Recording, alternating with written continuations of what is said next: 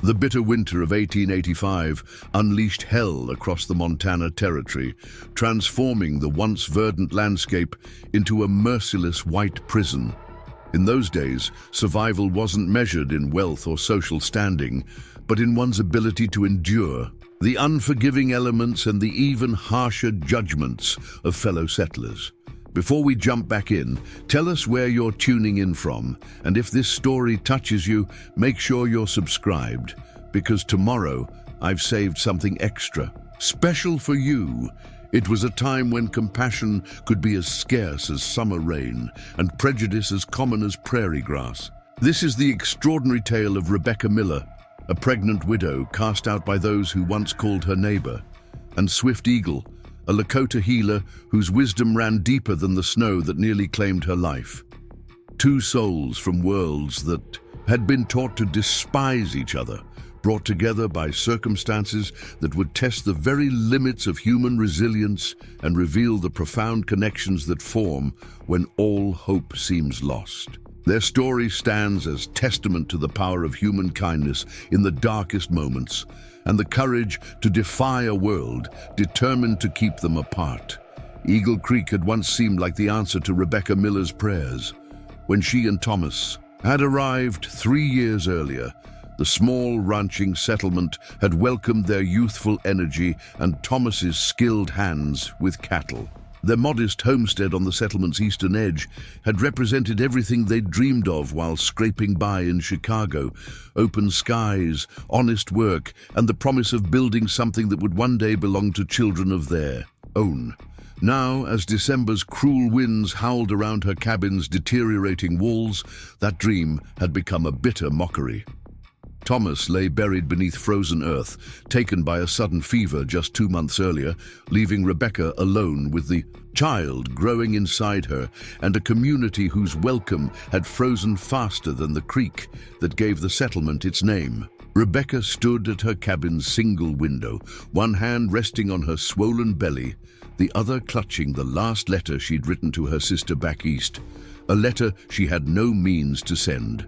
6 months pregnant, with provisions dwindling and woodpiles shrinking by the day, she had become Eagle Creek's inconvenient reminder of misfortune. "You'll manage fine until spring," Harold Blackwood had assured her 2 weeks ago, his voice carrying the false sympathy that barely masked his impatience. As the settlement's most prosperous rancher and self-appointed moral authority, his words carried the weight of law. "Thomas would want you to be strong." What Thomas would have wanted, Rebecca thought bitterly, was for their neighbors to honor their promises of community support through winter. What Thomas would have wanted was for the settlement to remember how he'd helped build the church and schoolhouse with his own hands, working through blistered palms and sunburned skin. What Thomas would have wanted was for his child to have a fighting chance at life. A sharp knock at the door startled Rebecca from her thoughts. Wrapping her thickest shawl around her shoulders, she opened it to find Meredith Blackwood, Harold's wife, standing stiffly on her porch, her pinched expression suggesting she was performing an unpleasant duty rather than a neighborly visit. "Mrs. Miller," Meredith nodded tightly. "The Women's Auxiliary met yesterday." Rebecca waited, already knowing whatever decision had been reached would offer little comfort. The Women's Auxiliary was little more than Harold Blackwood's way of making his dictates seem like community consensus.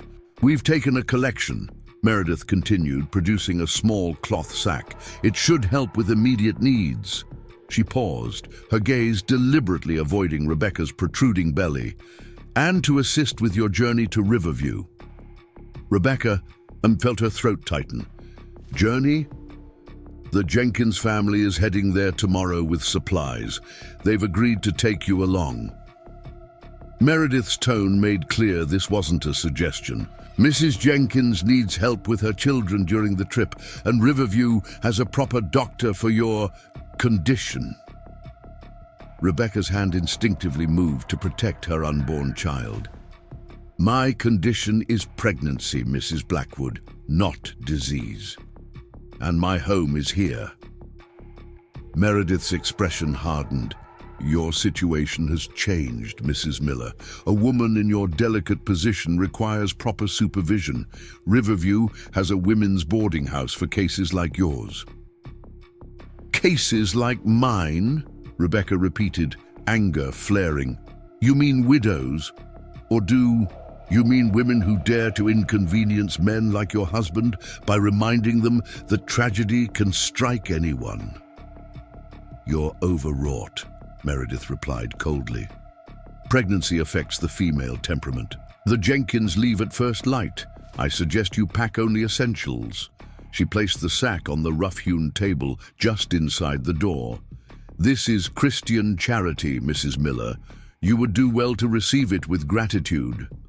After Meredith departed, Rebecca emptied the sack with trembling hands. The charity amounted to a few dollars in coins, some dried beans, and a small pouch of tea, barely enough to sustain her for a week, let alone support her journey to a new life. The women's boarding house in Riverview was no mystery. She'd heard whispers about such places. They took in unfortunate women, widows without family, unwed mothers, and wives abandoned by husbands who'd sought fortune elsewhere. The women worked as laundresses or maids until they delivered their babies, which were typically whisked away to orphanages or adoptive families, allowing the mothers to begin life anew, unburdened by their mistakes. But Rebecca's child was no mistake. This baby was the last living piece of Thomas, the culmination of their love and dreams. The thought of surrendering her child to strangers made her physically ill. That night, Rebecca sat by her dwindling fire, Thomas's old journal, open on her lap. The familiar sight of his neat, measured handwriting brought both comfort and fresh grief. She traced her fingers over a passage where he'd described the first time they'd seen their homestead, his words full of hope for their future. "I won't surrender what we built," she whispered to the empty room. "I won't surrender our child." By morning, Rebecca had made her decision. When the Jenkins wagon rolled past her cabin without stopping, she felt a moment of panic followed by grim resolve. Harold Blackwood would send someone else to remove her soon enough. Her only chance was to reach Riverview on her own terms, not as a charity case to be deposited at the boarding house door. 4 days later, Rebecca's situation had grown desperate. The charity food was nearly gone, and the temperature had plummeted further, freezing her water buckets solid overnight. The baby moved restlessly within her, as if sensing her growing fear. She spent that day gathering what meager supplies she could carry and planning her escape from what had become less a home than a prison of isolation. The map Thomas had used when they first traveled west showed a trading route to Riverview that cut through open country. On foot, in good weather, it might take 3 days. In winter, with her pregnancy slowing her pace, Rebecca tried not to dwell on the odds stacked against her. What remained certain was that staying meant slow starvation for both her and her unborn child. The settlement had made its decision about her worth, and that decision amounted to abandonment disguised as charity. That evening, as temperatures dropped to punishing lows, Rebecca heard another knock at her door. Opening it revealed Harold. Blackwood himself, accompanied by the settlement's part-time preacher, a thin man named Collins, who supplemented his calling by working as Blackwood's ranch foreman. "Mrs. Miller," Blackwood began without preamble, "I'm disappointed to learn you refused the Jenkins assistance." Rebecca straightened her spine despite her exhaustion. "I wasn't aware I was being given a choice, Mr. Blackwood." Blackwood's smile didn't reach his eyes. "Of course you have choices, Mrs. Miller. We all do. I've come to discuss yours." He stepped past her into the cabin without invitation, his gaze surveying the increasingly bare shelves and dying fire. "Your situation is precarious," he observed. "The community has concerns. Preparing and narrating this story took us a lot of time, so if you are enjoying it, subscribe to our channel. It means a lot to us. Now back to the story." The community, Rebecca echoed, unable to keep bitterness from her voice. Or you, specifically. Blackwood's expression hardened minutely before he controlled it. Thomas was well liked, Mrs. Miller. Everyone wants what's best for his widow and child. How fortunate that you've appointed yourself the arbiter of what's best for us. Collins shuffled uncomfortably. Mrs. Miller, pride is a sin that helps no one. The boarding house in Riverview would separate me from my child, Rebecca interrupted. I'm aware of how such places operate, Preacher Collins. Blackwood sighed with exaggerated patience. There are other options we might consider. He paused, studying her with calculation that made her skin crawl. Your homestead has potential. The location is advantageous for expanding my northern grazing operation. I could offer to purchase it, a fair price considering the circumstances, enough to establish you comfortably elsewhere. The true purpose of his visit became immediately clear. Thomas had always said their land would triple in value once the railroad spur came through in spring. Blackwood wasn't concerned about her welfare. He wanted their property at a desperate widow's price. This land belongs to my child, Rebecca stated firmly. Thomas worked himself to exhaustion, improving every acre. I won't sell what he built. For our family's future. Blackwood's facade of sympathy vanished. Be reasonable, woman. You can barely feed yourself. How do you expect to manage a farm and newborn alone? I'm offering Christian charity when I could simply wait for inevitable failure and acquire the land through default. Then wait, Rebecca replied, opening the door despite the blast of cold air it admitted. I believe our discussion is concluded. Gentlemen. After they departed with thinly veiled threats about the folly of her decision, Rebecca sank into Thomas's chair, her hand protectively covering her belly. He was right about one thing, little one, she whispered to her unborn child. We can't stay here. By first light, Rebecca had packed everything she could reasonably carry.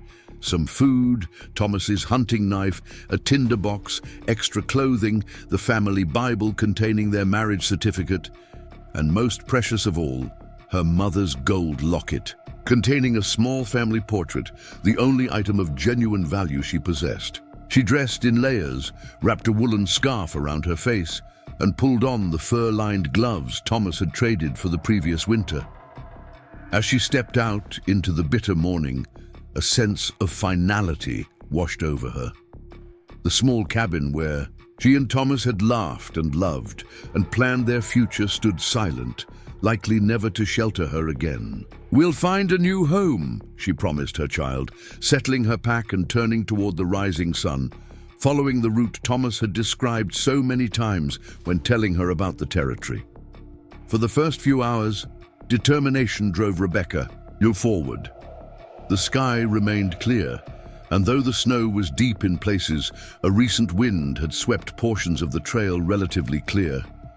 She pictured Riverview with its bustling trading post and prospect of finding honest work before her time came.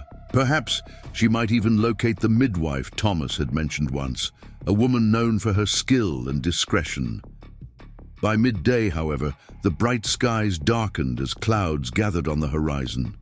The temperature began to drop, and Rebecca quickened. Her pace, recognizing the warning signs of approaching weather. Her back ached from the combined weight of her pack and pregnancy, and her legs had begun to tremble with exhaustion.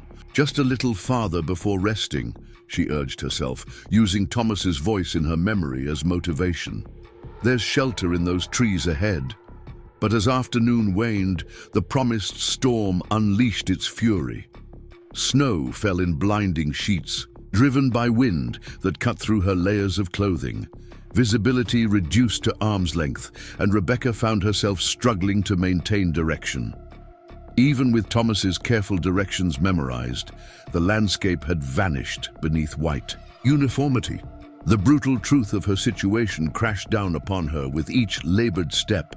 She was lost in a Montana blizzard, 6 months pregnant, with dwindling supplies and no shelter in sight. The settlements that had rejected her were now too distant to reach, even if she could determine their direction. As darkness gathered strength, matching the storm's intensity, Rebecca stumbled upon a small copse of pine trees. With the last of her strength, she crawled beneath their branches, creating a minimal windbreak against the driving snow. Hypothermia. She recognized the symptoms from Thomas's warnings about frontier winters. The dangerous warmth spreading through her limbs despite the dropping temperature, the confusion clouding her thoughts, the overwhelming urge to sleep. "Stay awake," she commanded herself, even as her eyelids grew impossibly heavy. "The baby needs you to stay awake." She thought of Thomas, of the child they had created together, of the future that seemed to be slipping away with each passing moment. Perhaps there was mercy in this end, she thought distantly, a reunion with Thomas beyond the veil of mortal suffering. Her consciousness began to fade, reality blurring into memory as the snow continued its relentless burial. "Not like this," she murmured, fighting to remain conscious. "Please, not like this." But nature cared nothing for human prayers. The blizzard raged on, gradually encasing her in a tomb of white. As Rebecca's consciousness slipped away, her hand still protectively cradling her swollen belly, a sound penetrated the howling wind, not the cry of hunting wolves she had feared, but something rhythmic, deliberate. Footsteps approaching through the storm. With tremendous effort, Rebecca forced her eyes open, straining to see through the curtain of white. A dark silhouette materialized, tall and imposing, moving with a confidence that defied the blizzard's fury.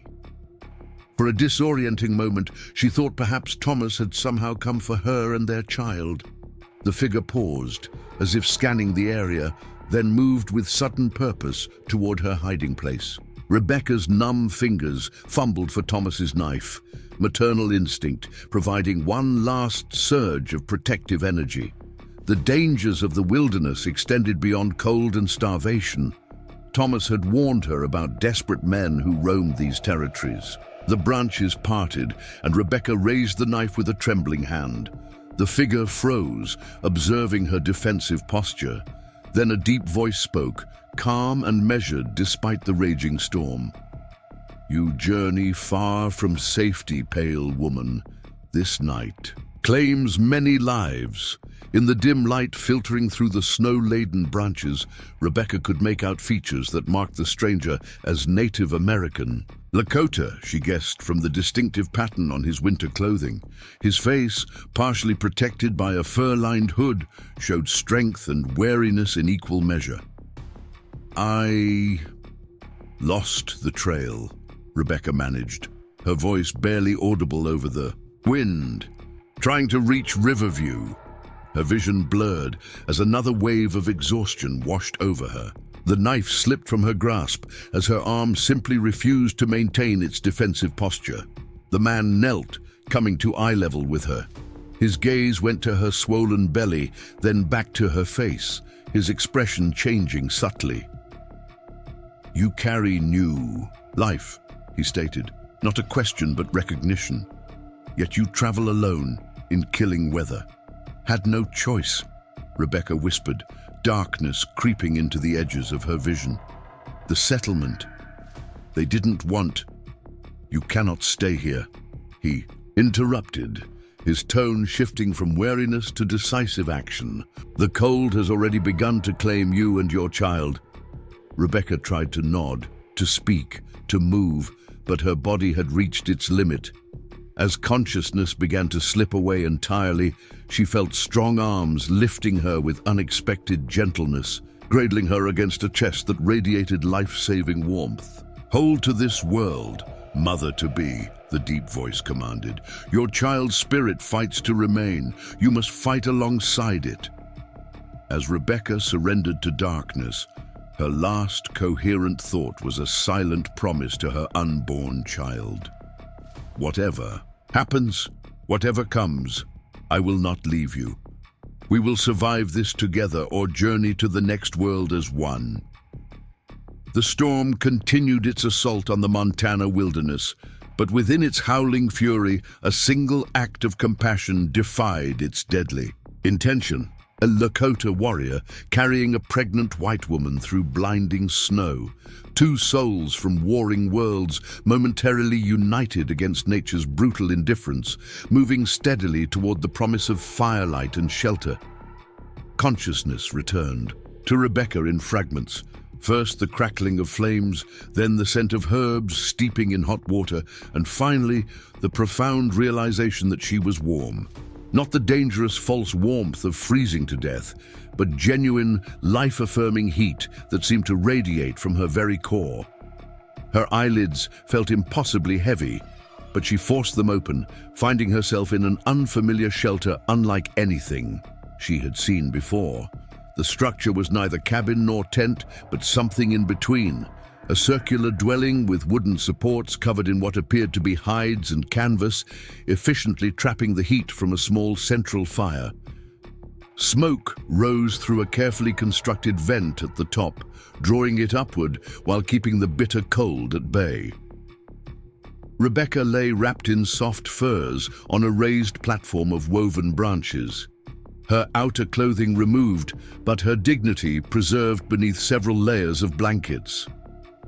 "You return to the living world." The voice startled her. Turning her head slightly, she saw the man who had found her in the storm, sitting cross-legged on the opposite side of the fire. In the steady light, she could see him clearly now. Strong features weathered by the elements, dark eyes that reflected the flames, and hands that worked methodically, grinding something in a small stone bowl. He wore buckskin clothing adorned with subtle beadwork, practical rather than decorative. "How long?" Rebecca managed, her voice a raspy whisper. "3 sons," he replied, setting aside his work. "The sleeping sickness of cold took you deep.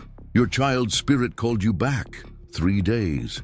She had lost 3 entire days to unconsciousness." Rebecca's hands instinctively moved to her belly, relief flooding through her as she felt movement within. "My baby." "Strong," he answered simply, "like its mother." Rebecca attempted to sit up, only to find her limbs still weak from her ordeal. The man rose in a single fluid motion and approached, offering support as she struggled to adjust her position. Up close, she could see that he was younger than she had initially thought, perhaps 30, with a scar running along his jawline that spoke of past violence. "Slowly," he cautioned. "Your body remembers the cold. The memory must fade before strength returns." He helped her sit upright, then brought her a wooden cup filled with steaming liquid. The unfamiliar aroma made her hesitate. "Pine needle and willow bark," he explained.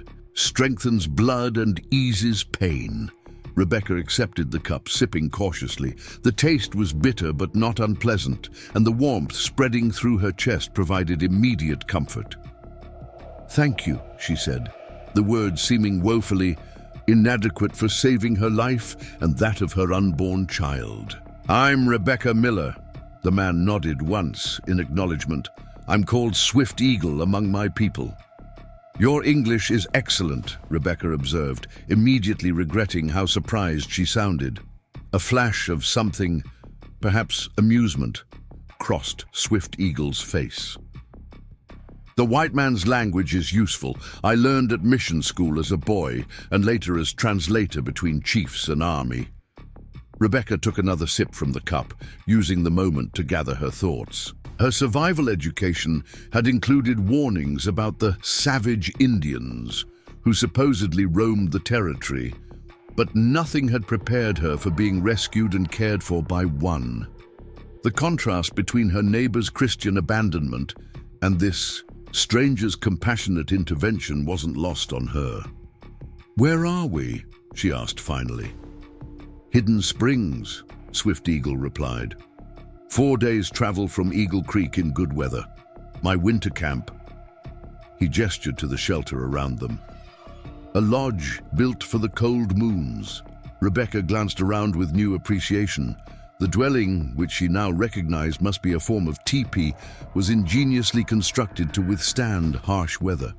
Far from the primitive accommodation portrayed, In Eastern newspapers, it represented sophisticated adaptation to the environment. "It's remarkable," she said honestly. "I've never seen anything so perfectly suited to winter conditions." Swift Eagle seemed to assess her sincerity before responding. "My people follow buffalo in summer. Winter camps must stand against the worst storms."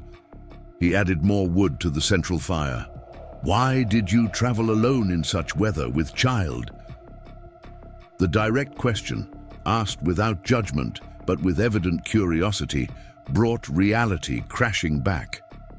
Rebecca found herself explaining her situation: Thomas's death, Harold Blackwood's land grab attempt disguised as concern, the community's rejection, and her desperate flight to avoid having her baby taken from her. Swift Eagle listened without interruption, his expression revealing nothing of his thoughts. When she finished, he remained silent for several moments, as if considering her words carefully. "Your people abandoned one carrying new life," he finally stated, his tone suggesting he found this incomprehensible. "They saw no value in a woman who couldn't support herself," Rebecca replied, unable to keep bitterness from her voice. "A pregnant widow has no purpose in their eyes except as an object of charity or opportunity." Swift Eagle's brow furrowed slightly. "Among Lakota, all children are treasured. A mother creating life is honored, not cast aside." He shook his head once, as if dismissing a troubling thought. "Even in poorest times, no woman with child would journey alone." His words, though simply stated, pierced Rebecca's heart with unexpected force. The validation of her worth as an expectant mother stood in stark contrast to the conditional charity she'd experienced in Eagle Creek. To be seen not as a burden, but as someone worthy of protection simply because she carried new life, the concept felt revolutionary after months of judgment and isolation. "The storm has broken," Swift Eagle said, changing the subject. "But the cold remains, and snow lies deep across the land. Riverview is many days' travel, even for those with strength." The implicit question hung between them. What was her plan now? Rebecca realized she had none.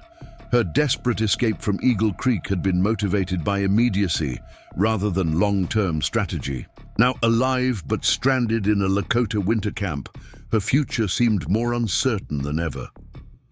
"I have nowhere to go," she admitted, the truth both frightening and oddly liberating. "No one expecting me." Swift Eagle nodded once, accepting this. Information without comment. "Then you will remain here until travel becomes safe for mother and child." He spoke matter-of-factly, as if extending his shelter to a pregnant white woman were the most natural decision in the world. "Why are you helping me?" Rebecca asked, the question emerging before she could consider its potential rudeness. Swift Eagle looked up from tending the fire, his dark eyes meeting hers directly. "Would you refuse shelter to one who carried new life if you had means to help?" "No," Rebecca conceded. "But I'm not." She hesitated, uncertain how to express the thought without giving offense. "Not Lakota," he finished for her, his expression unchanged. "And I am not white, yet the winter asks no questions before it kills. The wolf does not care what language its prey speaks." He arranged kindling with practiced precision before continuing. "We are all simply human before the storm." The profound simplicity of his worldview silenced her. Rebecca finished the medicinal tea, feeling strength gradually seeping back into her limbs. As the day progressed, she drifted in and out of sleep, her body demanding rest to recover from its ordeal. Each time she woke, Swift Eagle was engaged in some task, preparing food, mending equipment, or working with what appeared to be medicinal. Herbs dried in bundles hanging from the lodge poles. By evening, Rebecca felt well enough to sit up properly without assistance. Swift Eagle prepared a more substantial meal, a stew with dried meat and wild roots that smelled better than anything. She'd eaten since Thomas died. The rich broth helped restore her strength, and for the first time since her rescue, she felt clear-headed enough to truly comprehend her situation. "Your lodge," she said as they ate. "It's extraordinary how warm it stays despite the cold outside. The teepee," he explained, seeming pleased by her interest, "holds heat well when properly made. Buffalo hide outer covering keeps wind away. Inner lining of smaller skins creates airspace. Fire at center warms stones beneath, which release heat slowly through night." "You built this alone?" she asked, impressed by the craftsmanship. Swift. Eagle nodded. "7 winters now I return to Hidden Springs. Each year, strengthen what weakens, replace what wears away." Something in his tone suggested he spoke of more than just the physical structure. Rebecca found herself curious about this man who lived between worlds, maintaining Lakota traditions, while clearly understanding white settlements well enough to speak their language fluently and navigate their customs. "You mentioned serving as a translator," she said carefully. "Do you still work with the army?" A shadow passed across Swift Eagle's features. "Sometimes, when payment is fair. I understand the land, the changing seasons, the movement of both peoples. Such knowledge has value." "Isn't that," she hesitated, "difficult, given the tensions between your people and the settlers?" Swift Eagle's expression remained neutral, but something flickered in his eyes, a complexity of emotion she couldn't decipher. "The world changes whether we wish it or not. Buffalo grow fewer. White settlements spread like prairie fire. My band honors old ways, but we must also understand new ones to survive." He arranged his empty bowl precisely beside the fire. "I learned your language when young, later served as voice between chiefs and army leaders. Now I walk between both worlds, trusted completely by neither."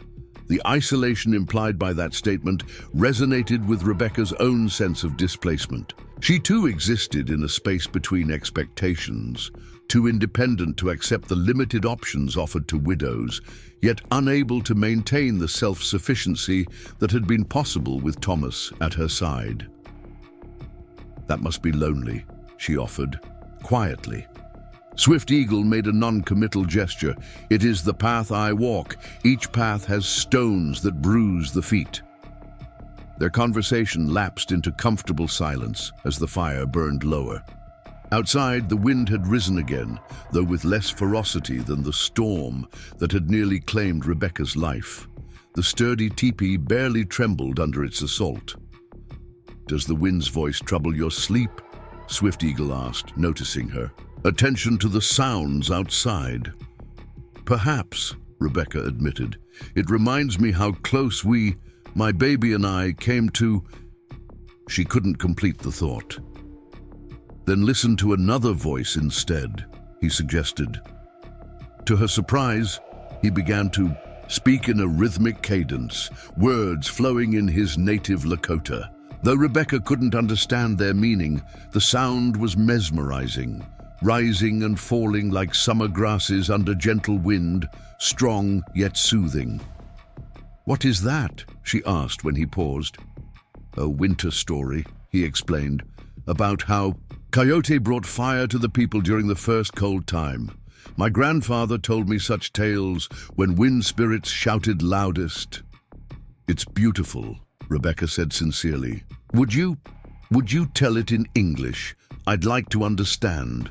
Swift Eagle studied her for a moment, as if assessing her genuine interest, then nodded. He settled more comfortably before the fire and began to translate the tale, his voice taking on the same rhythmic quality despite the change in language. Rebecca listened, entranced, as he wove the story of Coyote's cleverness, the anger of the mountain spirits, and the gratitude of the people who received the gift of fire. When he finished, the wind still moaned outside, but Rebecca found she could hear it differently now, not as the voice of death narrowly escaped, but as merely the backdrop to this unexpected moment of connection across cultures. "Your people have many such stories?" she asked. Swift Eagle nodded. Stories teach everything: how to live, how to respect spirits, how to understand world's mysteries. They carry wisdom from grandparents to children across generations. Not so different from my work then, Rebecca observed, surprising herself with the comparison. Before marriage, I taught at a small school in Chicago. Stories were my favorite. A way to help children understand difficult ideas. For the first time, she saw Swift Eagle's genuine smile. A brief transformation of his usually solemn expression that reached his eyes and softened his entire countenance. Perhaps teachers are valued among my people because we understand that stories carry life, he said. Without them, we walk without purpose or meaning. That night, Rebecca slept deeply despite the continuing wind. Swift Eagle's story had replaced her fear with something approaching wonder. When she woke the following morning, sunlight streamed through the smoke hole, indicating another clear day. Swift Eagle was absent, but she noticed fresh water in the cooking pot and new wood stacked neatly beside the fire pit. With effort, Rebecca rose and dressed in her own clothes, which had been carefully dried and folded near her sleeping place. Her strength had returned considerably, though her body still felt the effects of her ordeal in stiff joints and occasional dizziness. The baby moved vigorously within her, as if making up for lost time, each kick and roll reassuring her that they had both survived the impossible. The tippy's entrance flap moved aside, admitting a blast of cold air along with Swift Eagle, carrying an armload of firewood. Frost rimmed his eyelashes and the fur of his hood, but his movements remained as efficient and purposeful as ever. "The day brings good light," he announced. His version of a morning greeting Rebecca was beginning to understand. "How fares the little one?" "Active," Rebecca replied, unable to suppress a smile as she rested a hand on her belly. "Strong, like you said." Swift Eagle nodded with evident approval. He knelt to rebuild the central fire, his hands moving with practiced efficiency. "You stand earlier than expected. A good sign." "I've never been one to stay abed when there's work to be done," Rebecca said. Then, realizing how presumptuous that might sound in his home, she added, "Though I'm not sure how I can be useful here." Swift Eagle considered her as the kindling caught flame. "Can you sew?" "Yes, quite well, actually. My mother was a seamstress." "Good." He gestured toward a roll of hide stacked against the teepee wall. "Winter clothing needs repair. Your hands, smaller than mine, better for fine stitching." Rebecca welcomed the opportunity to contribute. After they shared a simple breakfast of dried berries reconstituted in hot water and what Swift Eagle called pemmican, a concentrated mixture of dried meat, fat, and berries that provided surprising energy, he showed her the garments requiring attention and the bone needles and sinew thread used for repair. "I must check snares and gather more firewood," he explained. "We'll return before sun crosses to Afternoon Place." "I'll be fine," Rebecca assured him, settling near the fire where light was best for detailed work. "This will keep me occupied." After Swift Eagle departed, Rebecca examined the garments with genuine interest. The craftsmanship impressed her, far more sophisticated than the primitive clothing depicted in Eastern newspapers. Each piece combined practical function with subtle decorative elements that spoke of cultural significance beyond mere utility. As she worked, mind sometimes wandering, Rebecca found herself reflecting on the extraordinary turn her circumstances had taken. Had anyone suggested months ago that she would find herself in a Lakota winter camp, pregnant and dependent on the care of a man from a culture she'd been taught to fear, she would have thought them mad. Yet here she sat, feeling safer than she had since Thomas's death. The irony wasn't lost on her, that she had found more Christian kindness from a heathen, savage, than from an entire settlement of church-going believers. Swift Eagle had asked nothing in return for saving her life, made no demands, expressed no judgment about her circumstances. He had simply offered what he had, shelter, food, and respect, because basic humanity demanded no less. By the time Swift Eagle returned, Rebecca had completed repairs on 2 garments and organized the remaining work. His quiet approval when examining her stitching brought unexpected satisfaction. The simple exchange, work offered and appreciation expressed, established a foundation of mutual contribution that eased her discomfort at being dependent on his charity. As they prepared the evening meal together, Swift Eagle breaking his usual reserve to explain the preparation of each unfamiliar ingredient, Rebecca realized something had shifted in their interaction. The wariness that had characterized his initial care had evolved into something approaching companionable collaboration. Not friendship exactly, but a tentative bridge between their separate worlds. That evening, after they had eaten, Swift Eagle surprised her by producing a small leather pouch from among his possessions. From it, he withdrew something that made Rebecca's breath catch: a battered copy of a McGuffey reader, the kind used in schoolhouses across America. "From trading post near Fort Harrison," he explained, seeing her expression, "given by missionary who taught me letters many seasons past." Rebecca took the book reverently, its familiar format evoking memories of her teaching days. "You've kept it all this time?" Swift Eagle nodded. "Words are powerful magic. They live beyond the speaker." He hesitated, then added with rare vulnerability, "I read slowly. Many words still hide their meaning from me." Understanding dawned. "Would you like me to help you read better?" Rebecca asked, careful to frame the offer as assistance rather than instruction that might offend his pride. "A fair exchange," Swift Eagle replied. "I provide shelter and food. You provide knowledge, both necessary for survival." The arrangement made perfect sense when presented in those terms. Rebecca found herself smiling, the prospect of teaching. Again, awakening something that had lain dormant since Thomas's illness had forced her to abandon her small home classes for Eagle Creek children. Over the following days, a routine emerged that gave structure to their unusual cohabitation. Mornings began with Swift Eagle tending to outdoor tasks, checking traps, gathering firewood, or hunting when conditions permitted. Rebecca took responsibility for the teepee's interior, maintaining the fire, preparing food, continuing with garment repairs, and other tasks that accommodated her advancing pregnancy. Afternoons often found them engaged in knowledge exchange. Swift Eagle proved an apt student, his existing familiarity with written English providing a foundation Rebecca could build upon rapidly. His mind grasped concepts quickly, making connections between ideas that often surprised her with their insight. "Your mind works differently than many students I've taught," she observed, after he mastered a particularly difficult passage from the McGuffey reader.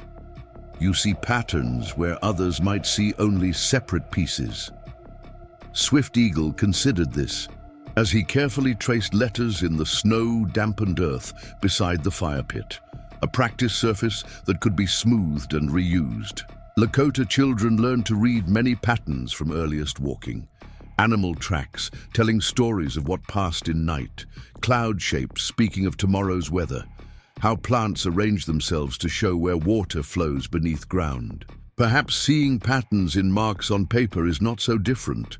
This perspective, drawing connections between traditional knowledge and new skills, fascinated Rebecca.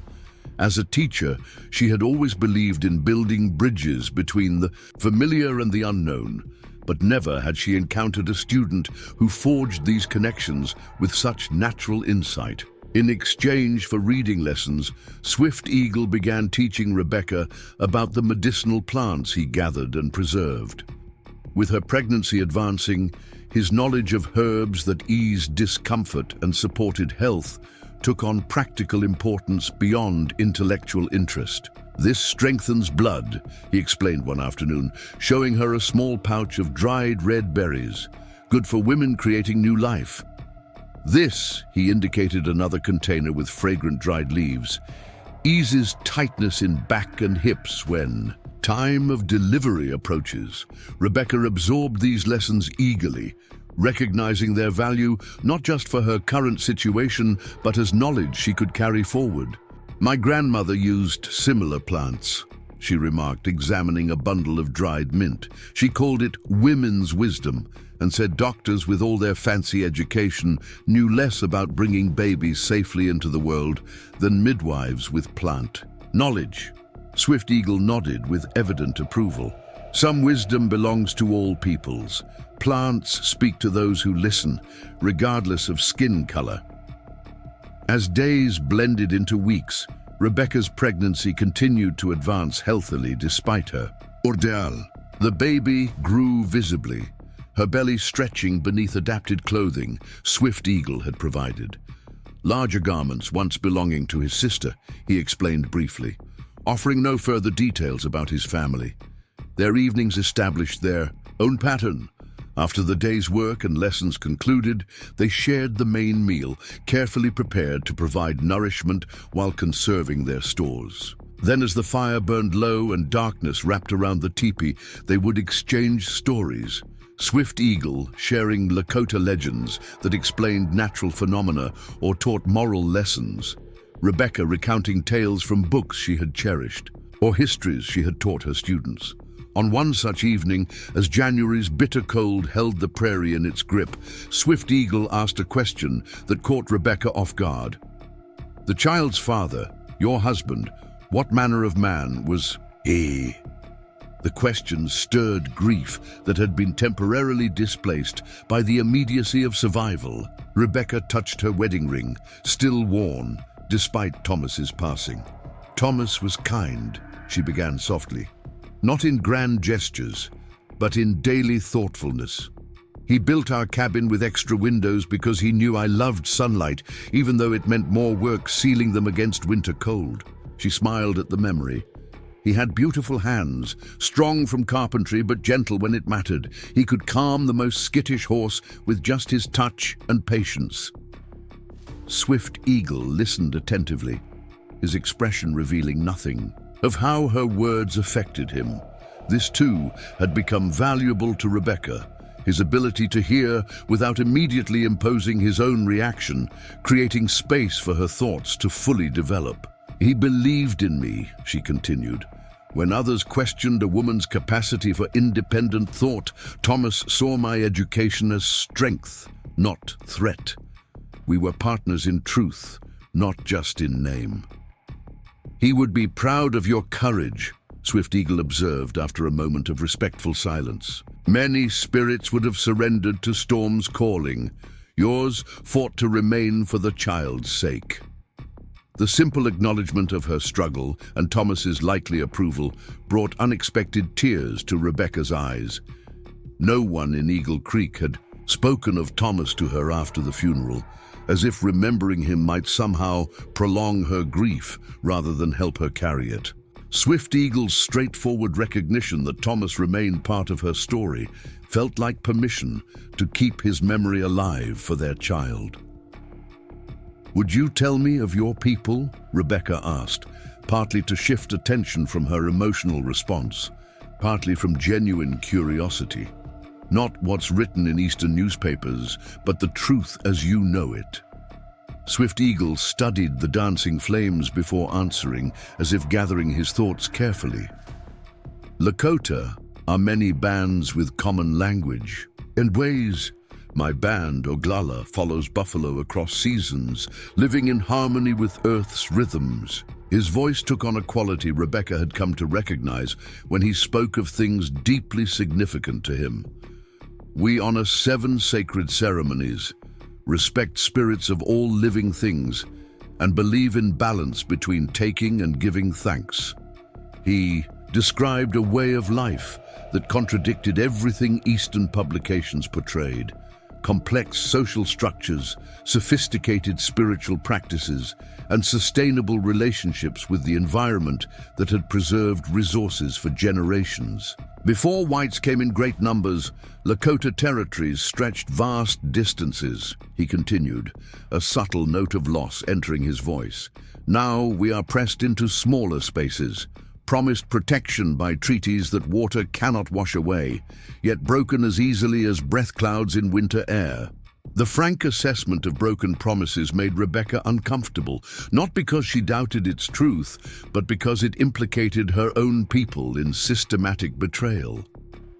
"And yet you help a white woman," she observed quietly. Swift Eagle met her, gazed directly. "I see a mother creating life, not white skin. The child you carry deserves chance to see sunrise, regardless of ancestry." The simplicity and depth of this perspective moved Rebecca profoundly. In a world increasingly defined by racial boundaries and conflicts over territory, Swift Eagle's capacity to see humanity before category represented wisdom she had rarely encountered. His compassion transcended the very divisions his people had suffered under, suggesting a greatness of spirit that humbled her. As January deepened its grip on the land, Rebecca's pregnancy entered its 7th month. Her body had recovered fully from her ordeal in the storm, though the advancing pregnancy brought its own challenges. Back pain, swollen ankles, and increasing difficulty with mobility in the teepee's confined space. Swift Eagle proved unexpectedly attentive to her changing needs, adapting their routine and the teepee's interior arrangement to accommodate her condition.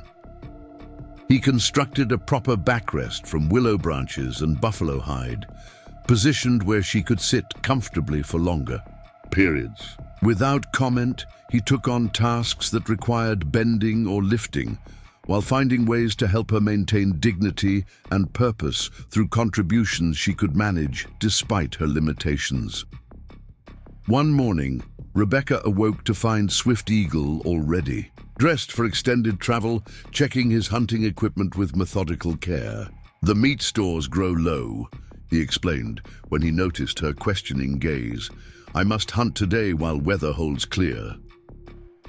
Alarm flickered through Rebecca at the prospect of being left alone. Though she had mastered basic tasks around the teepee, the wilderness beyond remained a formidable threat, especially to someone in her advanced pregnancy. Swift Eagle seemed to read her concern. "You have learned much," he said reassuringly. "The fire will keep, the lodge will protect you. I will return before darkness falls." "Of course," Rebecca replied, embarrassed by her momentary panic. "What should I do while you're gone?" Swift Eagle considered. "Continue with the leggings that need mending. Practice your herb identification." He hesitated, then added, "And perhaps write your thoughts in this." From his travel pack, he withdrew a small leather-bound journal and pencil. "Paper holds what memory might lose." The suggestion surprised her, both for its sensitivity and for the precious nature of the items. Paper and writing implements were valuable commodities on the frontier, not casually given. "Where did you get these?" she asked, accepting them. "Oh, carefully. From trader who became lost near Buffalo Creek last spring," Swift Eagle replied. "I guided him back to Fort Harrison. He offered money, but such things have little use in winter camp. The book and marking stick seemed more valuable."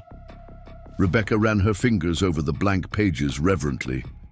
The opportunity to record her thoughts, after months of keeping them locked inside, felt like an unexpected gift. "Thank you. I'll treasure this." After a brief meal and final preparations, Swift Eagle departed, his snowshoes leaving distinct tracks that led away from the teepee and into the surrounding forest. Rebecca stood at the entrance until his figure disappeared among the trees, then turned resolutely to the day's tasks. She began by carefully feeding the central fire, adding wood in the pattern Swift Eagle had taught her to maintain consistent heat. Next, she checked the teepee's perimeter, ensuring no weak points had developed in the structure. Satisfied with its condition, She turned to the leggings that needed repair, settling near the fire where light was best for detailed work. The repetitive nature of sewing allowed her mind to wander. For the first time since her rescue, Rebecca found herself truly alone with her thoughts, without the immediate presence of her unexpected benefactor. She realized how quickly she had grown accustomed to his company, the quiet assurance he brought to every task, the unexpected insights that often emerged from his observations, even the comfortable silences that frequently settled between them. What would happen when winter released its grip on the prairie? The question that had hovered at the edges of her consciousness now demanded consideration. Her original plan to reach Riverview seemed both naive and increasingly unnecessary. The trading post had been merely a destination chosen out of desperation. She had no connections there, no guarantee of welcome. Rebecca paused in her work, struck by a realization. In the weeks since Thomas's death, she had experienced more rejection than in her entire previous life, yet also more genuine acceptance. Swift Eagle had offered shelter and knowledge without condition, seeing value in what she could contribute rather than limitations imposed by her gender or pregnancy. The contrast with Eagle Creek's treatment could not have been more stark. There, her education had become a liability after widowhood, her independence a threat to established order. Here in a simple tipi miles from any settlement, her knowledge was respected, her capacity for learning new skills encouraged.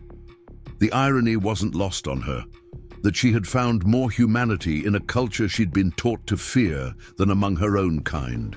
As promised, she turned to the journal after completing her sewing. The blank pages seemed intimidating at first. What thoughts deserved permanence? After hesitation, she began writing not a structured narrative, but impressions and reflections. Observations about her changing circumstances, notes on skills she had learned, memories of Thomas she wanted to preserve for their child, and increasingly, thoughts about the man whose absence now felt tangible in the small shelter. The day passed more quickly than she had anticipated. When the light began to fade, Rebecca added more wood to the fire and moved to the teepee entrance, scanning the tree line for signs of Swift Eagle's return. As minutes stretched into an hour with no sign of him, concern began to build. What if he had encountered trouble? A hunting accident, hostile travelers, or simply the unforgiving cold that could claim even the most experienced outdoorsman? Just as she was considering her limited options, she could hardly set out to search for him. A movement at the forest edge caught her attention. Swift Eagle emerged from the trees, moving more slowly than usual, dragging what appeared to be a travois laden with his hunt. Rebecca quickly donned her outer garments and hurried to meet him, relief washing over her at his safe return. As she drew closer, she could see the reason for his labored pace. The travois carried a young deer, already field-dressed, but still a substantial burden to transport alone through deep snow. "Let me help," she called, reaching him as he paused to adjust his grip on the travois handles. Swift Eagle looked up, surprise briefly crossing his features before he nodded acceptance of her offer. Together, they managed the final distance, to the teepee more easily, working in tandem to navigate the snow-covered ground. "Successful hunt," Rebecca observed as they reached the shelter. "The spirits were generous," Swift Eagle agreed, his breath forming clouds in the chill air. "This will see us through many days." The use of us rather than me was not lost. On Rebecca, whatever their differences in background, experience, and culture, they had become a unit of sorts, bound by circumstance but increasingly by choice as well. The next hours were consumed with processing the deer properly. Nothing could be wasted when survival depended on making maximum use of every resource. Swift Eagle showed Rebecca how to help prepare the meat for preservation, explaining each step with patient detail. "The tendons will be dried for sinew," He demonstrated carefully removing and setting aside specific parts, stronger than any thread your people make.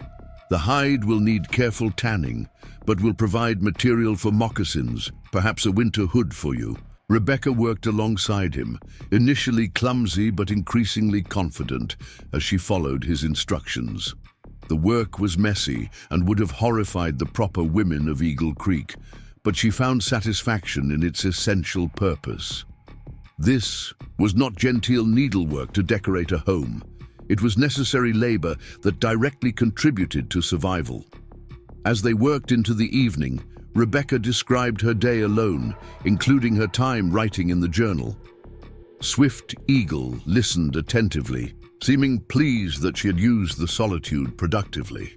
Words on paper, he mused, as they finally settled by the fire, exhausted but content with the day's accomplishments. My people keep our stories in memory, passed from one generation to the next. Your people trap words like animals. Hold them, still on pages. I never thought of it that way, Rebecca admitted, intrigued by the comparison. Is one better than the other? Swift Eagle considered the question seriously. Different paths to the same destination. Memory breathes, changes with each telling. Writing stays fixed, but survives even when no one remains who remembers. He gestured toward the McGuffey reader they had been using for lessons. Those words were set down before either of us walked this earth. The person who wrote them is long dead, yet their thoughts still speak. That's why I became a teacher, Rebecca said softly. Books allowed me to hear voices from the past, to learn from minds I could never meet in person. I wanted to give that gift to others. Swift Eagle nodded thoughtfully. Teaching is honored work among Lakota. Those who know the old ways must share them, or the knowledge dies with them. He paused, then added, perhaps when the snow melts, there will be children who would value your teaching. The comment, casually offered, opened a door Rebecca had not considered. Lakota children, you mean? Some bands camp near Fort Harrison. When trading season begins, children who must learn to navigate both worlds need teachers who understand both paths.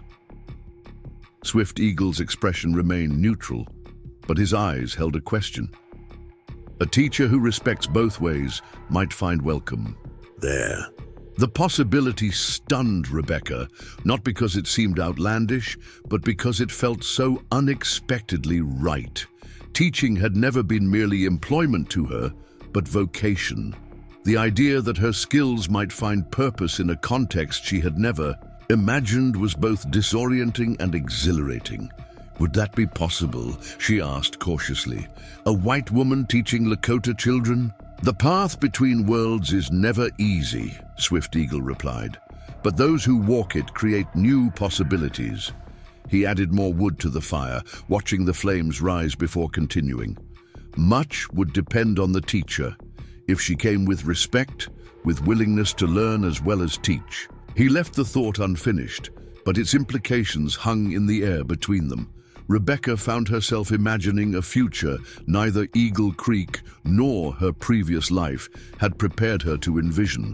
One where her identity as a teacher might continue, but in service to building understanding across the very boundaries that had seemed insurmountable before this winter began. As January progressed into February, their days fell into a pattern that balanced survival needs with increasing skills exchange. Swift Eagle expanded Rebecca's instruction beyond basic wilderness knowledge to include Lakota perspectives on the land, seasons, and animals. He taught her simple phrases in his language, correcting her pronunciation with unexpected patience. In return, Rebecca's lessons ventured beyond reading and writing to include mathematics and geography subjects. Swift Eagle approached with the same pragmatic interest he showed in all forms of knowledge that might prove useful. Your people's numbers are powerful tools, he observed, after mastering a calculation that determined how far they could travel in a day based on changing conditions. They allow counting of things not yet seen, planning for what has not yet happened. Mathematics helps us predict and prepare, Rebecca agreed. Though I think your weather prediction from watching smoke patterns may be more immediately useful in daily life than calculating geometric progressions. This drew one of Swift Eagle's rare smiles, brief but genuine expressions that transformed his usually solemn countenance. These moments had become something Rebecca unconsciously worked toward, taking quiet satisfaction when her observations or occasional attempts at humor elicited this response. As her pregnancy advanced into its 8th month, Rebecca's body changed, noticeably each week. Her belly grew prominent, stretching beneath the adapted clothing, and her movements became more deliberate as her center of gravity shifted. The baby was active, particularly in the evenings, its movements visible through the layers of fabric covering her abdomen. Swift Eagle observed these changes with interest but respectful distance. Unlike the settlers of Eagle Creek, who had treated her pregnancy first as blessing, then as burden, he seemed to view it as natural process deserving of both practical accommodation and quiet reverence. One evening, as they sat by the fire completing the day's tasks, the baby's movements became particularly vigorous. Rebecca gasped slightly as a tiny foot or elbow created a visible protrusion against her side. Swift Eagle glanced up from the arrowhead he was crafting. "The little one grows strong," he observed. "And restless," Rebecca agreed, placing her hand over the spot, like someone eager to explore the world before they're ready. After a moment's hesitation, Swift Eagle asked, "May I?" gesturing toward her belly. The request surprised her. It was the first time he had indicated any desire for direct connection with her pregnancy. "Of course," she replied, guiding his hand to where the baby's movements were strongest. Swift Eagle's weathered palm rested lightly against the curve of her abdomen. For several moments, nothing happened. Then suddenly, the baby delivered a solid kick precisely against his hand. His eyes widened slightly, a look of wonder briefly replacing his usual composure. "A warrior spirit," he said softly, withdrawing his hand with gentle respect, "already fighting to be heard." "Or perhaps a teacher demanding attention," Rebecca suggested with a smile. "Either way, certainly strong-willed." "Like mother," Swift Eagle observed, returning to his work with what might have been the ghost of a smile. The simple exchange carried significance beyond its brevity. It acknowledged what had been implicit in their arrangement, that Swift Eagle had taken responsibility. Not just for Rebecca's welfare, but for her unborn child's as well. His interest was not merely abstract duty, but genuine concern for the new life that would soon enter the world. One afternoon, as they worked together to repair a tear in one of the teepee covers, Swift Eagle unexpectedly asked, "Do you miss your old life, the settlement, the comforts of whites?" Rebecca's hand stilled on the sinew she was threading through carefully punched holes in the hide. The question required honest reflection. "I miss certain things," she acknowledged. "Books, primarily. My small collection that Thomas and I brought west. And sometimes I miss music. I used to play the church piano on Sundays." She resumed her stitching, considering further, but the settlement itself, after how they treated me when Thomas died. She shook her head firmly. "Eagle Creek revealed its true nature when adversity came. I cannot miss what was proven hollow." They worked in companionable silence for several minutes before Rebecca gathered courage to ask her own question. "And you? Do you miss your people when you winter alone?" Swift Eagle's hands remained steady at his task, but something shifted in his expression, a brief vulnerability quickly masked. "My band travels with the seasons, following traditional ways. I chose a different path, learning white languages, serving as guide and translator, living between worlds." His voice held no self-pity, only statement of fact. "This creates distance." "They disapprove?" Rebecca asked gently. "Some do. Others see necessity in having one who understands both sides." He secured the final stitches in the repair before adding, "My father was a respected warrior. He wished me to follow that path. When I chose knowledge over war, it created a shadow between us." The personal disclosure, rare from a man who spoke primarily of practical matters or traditional teachings, touched Rebecca deeply. She understood the courage required to choose one's own path against family expectations.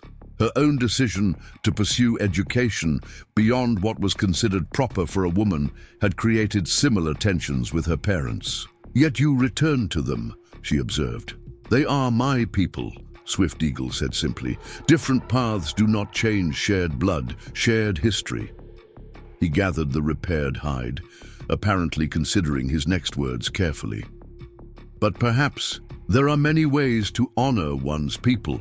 Teaching their children to navigate the changing world might be one such way." The reference to their previous conversation about Rebecca potentially teaching Lakota children was unmistakable. The possibility had continued to develop in her mind over the intervening days, growing from abstract concept to potential future that both frightened and intrigued her. As they restored the repaired section of the tipi covering to its proper place, securing it against the still bitter February winds, Rebecca realized how much had changed in her perception of what constituted meaningful life. The comforts and conventions of her previous existence now seemed less essential than she had once believed. What remained vitally important was purpose, the opportunity to contribute, to share knowledge, to grow in understanding. Whether that purpose might be fulfilled among Lakota children near Fort Harrison, in some other settlement yet unknown, or perhaps even in continued association with the quiet, thoughtful man who had saved her life, remained unclear. But for the first time since Thomas's death and her subsequent abandonment, Rebecca felt something like hope when she contemplated the future, not just survival, but the possibility of a life rebuilt on new and unexpected foundations. That evening, as they sat by the fire sharing the day's final meal, a comfortable silence settled between them, the kind of quiet that comes not from absence of words, but from their diminished necessity. In the flickering light, Rebecca studied Swift Eagle's profile as he gazed thoughtfully into the flames, struck by how familiar his features had become in the relatively brief span of their acquaintance. More than familiarity, she realized, with a sudden clarity that both alarmed and exhilarated her. In this man from a world so different from her own, she had found something she had not expected to discover again after Thomas's death. Connection that transcended mere circumstance, understanding that required no explanation, and perhaps most surprising, the first stirrings of feelings she had believed permanently extinguished by grief. The realization remained unspoken, held close like the embers banked at night to preserve their heat until morning. But its warmth spread through her, bringing with it questions about what might be possible when winter finally released its grip on the land and on hearts that had begun to thaw in its deepest cold. February yielded reluctantly to March, the change of months, bringing subtle shifts to the Montana landscape. The sun lingered longer in the sky, and though bitter cold still dominated most days, occasional afternoons hinted at the distant promise of spring. During these briefer, milder interludes, Swift Eagle expanded Rebecca's training beyond the immediate vicinity of the teepee, teaching her to recognize landmarks that would guide her safely if they became separated. "Always know your direction," he instructed as they stood atop a small rise that afforded views across the snow-covered prairie. "Sun rises there," he pointed east, "sets there," gesturing west. "Stars above hold patterns that never change. Learn to read them, and you will never truly be lost." Rebecca absorbed these lessons eagerly, recognizing that he was preparing her for greater independence, though whether for eventual separation or partnership remained unspoken between them. Their relationship had evolved into something neither could have anticipated. Mutual respect had deepened into friendship, and friendship had begun to transform into something more complex that neither had yet acknowledged directly. On a particularly clear morning in mid-March, Swift Eagle announced plans for a longer expedition than usual. "We must check the western ridge," he explained as they prepared. "Determine if passage toward Fort Harrison is becoming possible. Also, animals may be moving as days grow longer. The journey would require most of a day, necessitating careful preparation." Rebecca helped pack essential supplies: food, extra layers against changing weather, basic tools, and emergency fire-starting materials. As they worked, she noticed Swift Eagle adding items he typically left behind for shorter excursions: his old Army-issued binoculars, a small pouch of trading goods, and most notably, his rifle, meticulously maintained despite its age. "Do you expect trouble?" she asked, nodding toward the weapon. Swift Eagle secured the rifle in its protective wrapping. A wise traveler prepares for what might happen, not only what is expected. The winter has been harsh. Hunger makes both animals and men unpredictable. His caution reminded Rebecca that despite their peaceful coexistence in this remote winter camp, the world beyond remained fraught with tensions between settlers and native peoples, between rival tribes, and sometimes between desperate individuals, simply struggling to survive. They set out shortly after dawn, snowshoes still necessary for efficient travel despite slowly compacting drifts. Swift Eagle set a measured pace that Rebecca could maintain without exhaustion, her breath forming, clouds that dissipated in the crisp air. Despite her advanced pregnancy, weeks of improved nutrition and gradually increasing activity had restored her strength considerably.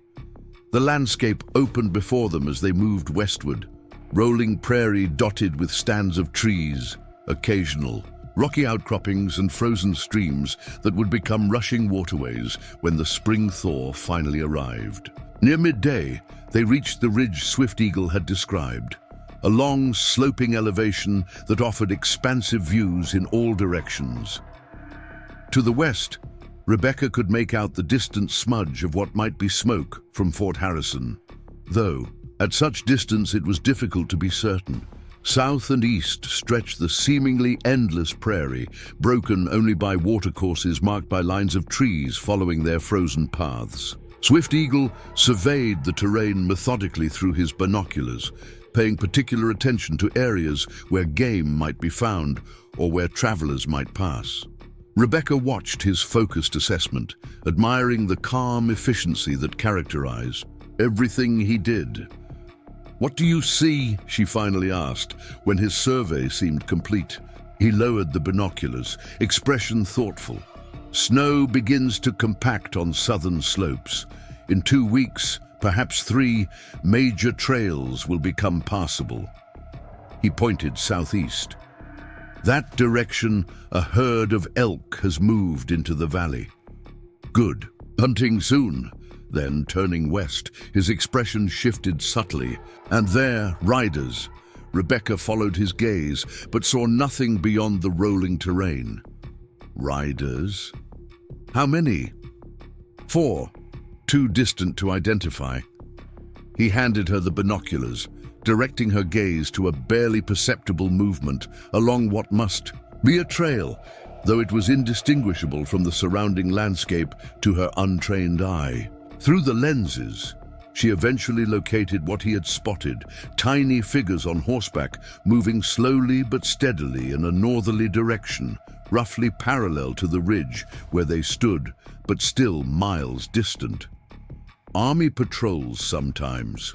Travel this season," Swift Eagle explained, taking back the binoculars for another look. "Or traders seeking early advantage, sometimes Lakota scouts from other bands." He studied the riders a moment longer. "Their path does not threaten our camp," Nevertheless, he seemed troubled by their presence, and they remained on the ridge longer than planned, watching until the distant riders disappeared from view behind a line of hills. During their return journey, Swift Eagle maintained a heightened vigilance, occasionally pausing to listen or to study tracks they crossed. His caution communicated itself to Rebecca, who found herself scanning their surroundings with new awareness of potential dangers. "You're concerned about those riders," she observed as they neared their camp late in the afternoon. Swift Eagle adjusted his pack before responding. "Winter's end brings movement. Movement brings unexpected meetings. Not all such meetings are friendly. You think they might be hostile toward you? Or toward any they encounter, perhaps?" He glanced at her. "You have not seen the aftermath when fear and hatred guide men's actions." The gravity in his voice told Rebecca he spoke from personal experience. She had read newspaper accounts of conflicts between settlers and native tribes, but always from the settlers' perspective, with native peoples portrayed as the aggressors. Swift Eagle's words hinted at a different reality she had never been allowed to consider. They reached the teepee without incident, but the day's observations had introduced a new element of caution to their previously isolated existence.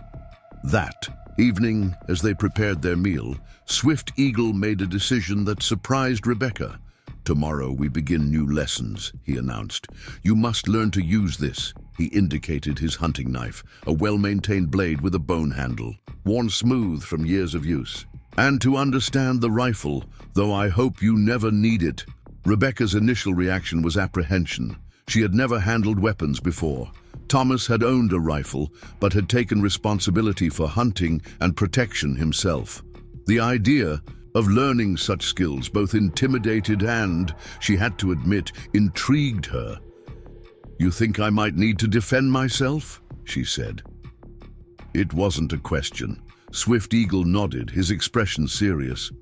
"Knowledge harms no one. Ignorance can be fatal. A wise teacher understands this." His reference to her role as educator, applying her own principles to this unexpected curriculum, subtly eased her discomfort. If she truly believed in the value of knowledge, how could she reject learning skills that might prove essential? The following days introduced Rebecca to aspects of frontier survival that her previous life had sheltered her from. Swift Eagle proved as patient and thorough in teaching these skills as he had been with all others. He began with the knife, showing her how to hold it properly, how to use it for practical tasks beyond food preparation, and with clear reluctance but firm resolve, how it could be employed for protection if absolutely necessary. "The knife is a tool first," he emphasized. "It creates before it destroys. Remember this." The rifle lessons were more complicated, not just physically but emotionally for Rebecca. The weapon represented a power she had never wielded, the ability to affect life and death at a distance.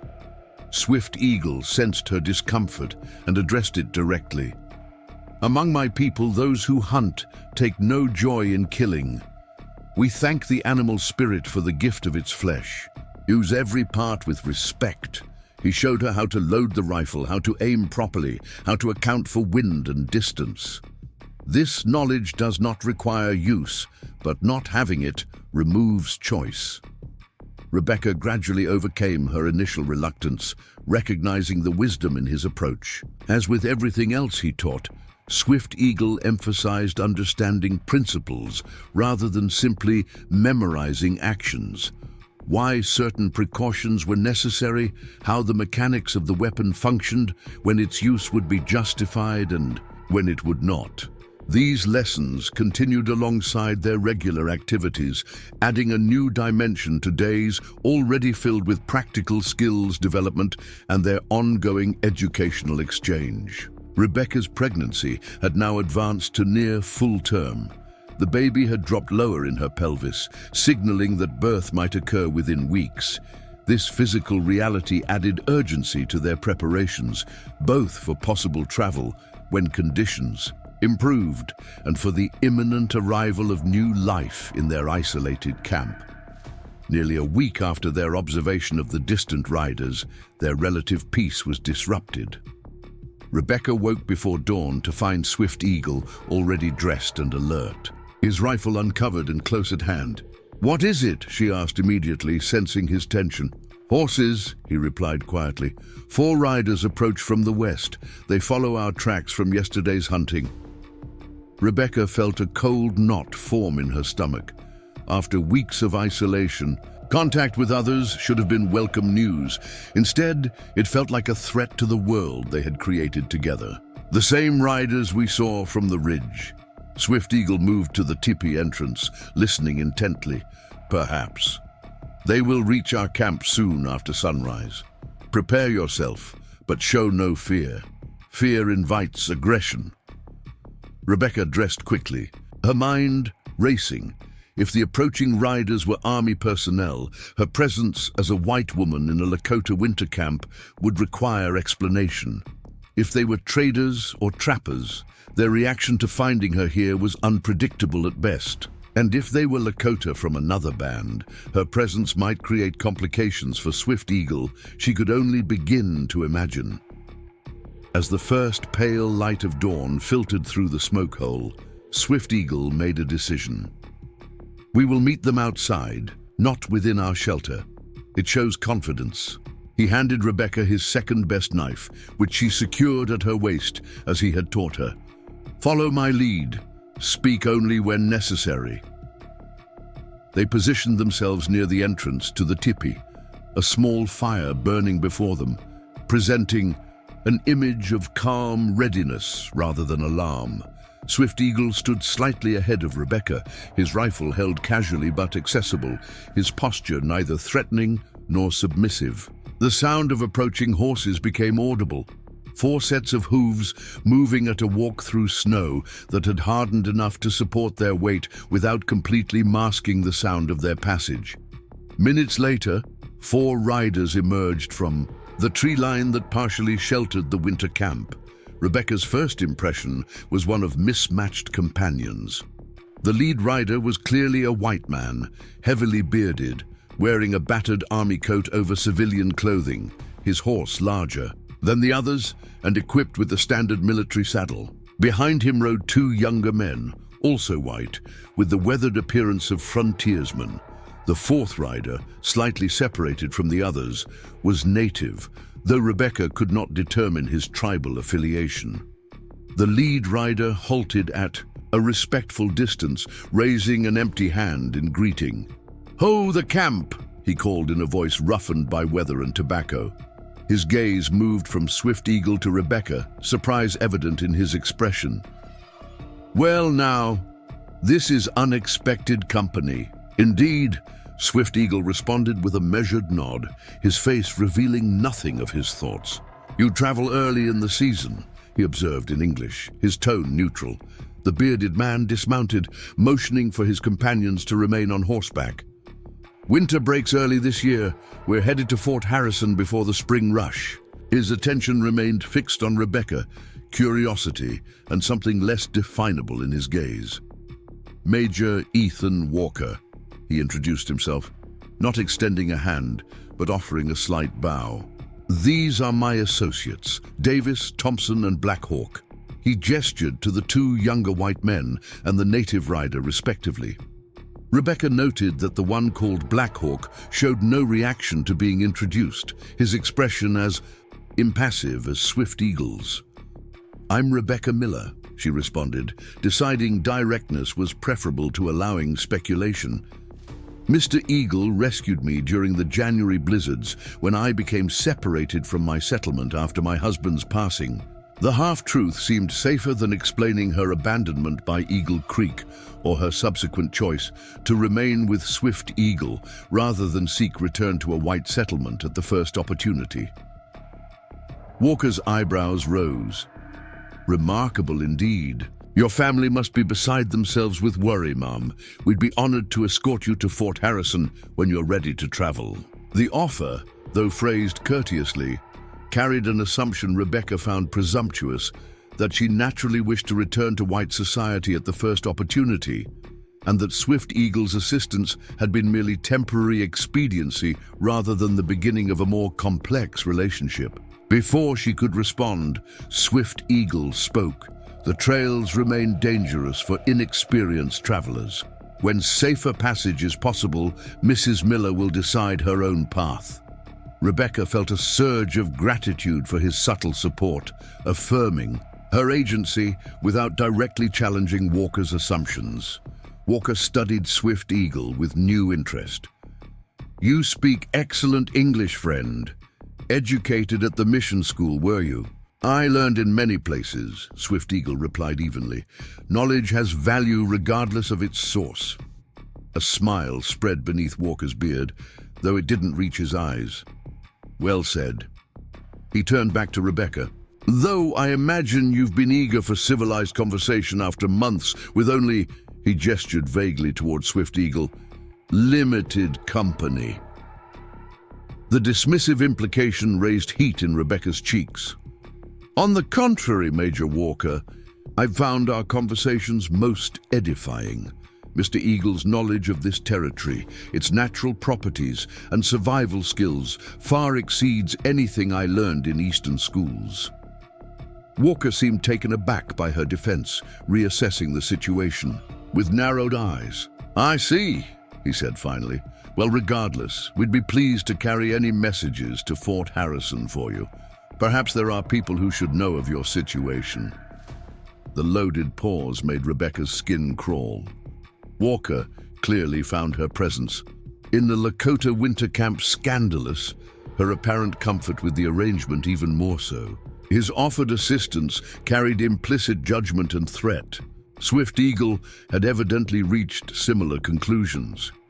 "We thank you for the offer," he said with formal politeness that created distance rather than connection. "Our supplies are sufficient, and we require no assistance at present." Walker glanced between them, something calculating entering his expression. "Of course. But since we've happened upon your camp, perhaps you might offer traditional hospitality. Coffee or a meal would be welcome after hard riding." The request placed Swift Eagle in a difficult position. Lakota custom dictated generosity toward travelers, yet every instinct warned that allowing these men closer access to their camp and to Rebecca would be unwise. "We can offer coffee," Swift Eagle decided after a moment's consideration. "Our supplies allow little more." He gestured Rebecca back toward the tipi with a slight nod, clearly intending her to prepare the coffee while he remained watchful of their visitors. Rebecca understood immediately, retreating to the shelter where she could move the small kettle they used for coffee over the internal fire. Through the partly open entrance flap, she could see Swift Eagle maintain his position, placing himself between the visitors and the teepee. Walker dismounted, instructing his companions to remain on horseback. "Fine animal you have there," he commented, nodding towards Swift Eagle's horse, tethered in a sheltered area nearby. "Army issue, if I'm not mistaken." "Payment for guiding services," Swift Eagle replied without elaboration. Inside the tipi, Rebecca worked quickly, her hands steady despite her inner turmoil. Something about Walker disturbed her deeply. Not merely his obvious prejudice, but a calculating quality beneath his superficial courtesy. As she prepared the coffee using their precious supply of beans, she listened intently to the conversation outside. "Do you guide for the army regularly?" Walker was asking, his tone falsely casual. "When the terms are fair," Swift Eagle answered. "Useful skills, knowing the territory, especially now with tensions rising. The new mining operations have folks excited. The army can barely keep settlers from rushing in before the treaties are properly adjusted." The emphasis on the last word sent a chill through Rebecca. The treaties with the Lakota were supposed to protect their lands from white encroachment. Adjustment could only mean one thing: violation of those guarantees. Swift Eagle's response was measured. Treaties signed in good faith should be honored by all parties. Walker laughed, a harsh sound without humor. That's a fine sentiment, friend. Truly. But we both know how these things go. Progress can't be stopped by pieces of paper. He lowered his voice further. Smart Indians know which way the wind blows, position themselves accordingly. The attempted manipulation was as transparent as it was offensive. Rebecca had heard enough. Gathering the coffee pot and the few cups they possessed, she emerged from the teepee, interrupting whatever response Swift Eagle might have made. "Coffees. Ready, gentlemen?" she announced with forced brightness, taking control of the interaction through the familiar rituals of hospitality. Walker accepted a cup with exaggerated courtesy. "Much obliged, Mrs. Miller. Been a while since I've had coffee served by a lady's hand." Rebecca smiled tightly, serving Swift Eagle next, before offering cups to the other men, who had finally dismounted but remained close to their horses. The young white men, Davis and Thompson, accepted with mumbled thanks, avoiding eye contact. Black Hawk declined with a slight shake of his head, his gaze fixed somewhere in the distance. As they drank the coffee, Walker resumed conversation, now directing his attention primarily to Rebecca. "You mentioned being separated from your settlement, ma'am. Might I ask where you were originally from?" "Eagle Creek," Rebecca replied, sticking to her earlier narrative. "My late husband's homestead was there." "Late husband?" Walker's expression shifted to practiced sympathy. "My condolences, ma'am. Recently widowed, then?" "Last autumn," Rebecca answered, keeping her responses brief to discourage further personal inquiries. "Such a tragedy. And now this ordeal." Walker shook his head. "Providence works in mysterious ways, though, bringing you to safe harbor." His gaze flicked to Swift Eagle and back to Rebecca. Temporary safe harbor, of course. The implication was clear. Walker considered her current arrangement both inappropriate and necessarily short-term. Rebecca felt Swift Eagle tense beside her, though his expression remained impassive. "Providence indeed, Major Walker," she agreed pleasantly. "I found exactly the guidance I needed during this difficult time." Walker studied her over the rim of his cup, reassessing. Rebecca could almost see him adjusting his approach, as he realized she might not be the distressed damsel, eager for rescue, that he had initially assumed. "Well," he said finally, draining the last of his coffee, "we should be on our way if we hope to make decent progress before sunset." He returned the cup to Rebecca with a nod. "Much obliged for the hospitality." As the men prepared to depart, Walker turned to Swift Eagle with a parting observation that carried a thinly veiled warning. "The Army's been having trouble with renegade Sioux harassing settlements south of Fort Harrison. Been authorized to deal with any suspicious activity rather firmly. Might want to keep that in mind if you're traveling in the coming weeks." Swift Eagle nodded once, acknowledging the information without comment. His stillness, Rebecca had learned, often masked his most intense reactions. The four riders mounted their horses, Walker tipping his hat to Rebecca with exaggerated courtesy. "Ma'am, should you decide you're ready for more civilized accommodations, we'll be at Fort Harrison for at least 2 weeks before heading east.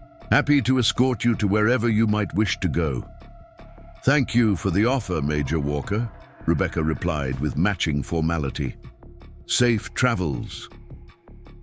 They watched in silence as the riders departed, following the trail that led westward toward Fort Harrison. Only when they had disappeared from sight did Swift Eagle's posture relax slightly, though concern remained evident in his features. "What do you make of them?" Rebecca asked once they had retreated inside the teepee. Swift Eagle secured the entrance flap before responding. "The bearded one, Walker, speaks with many tongues.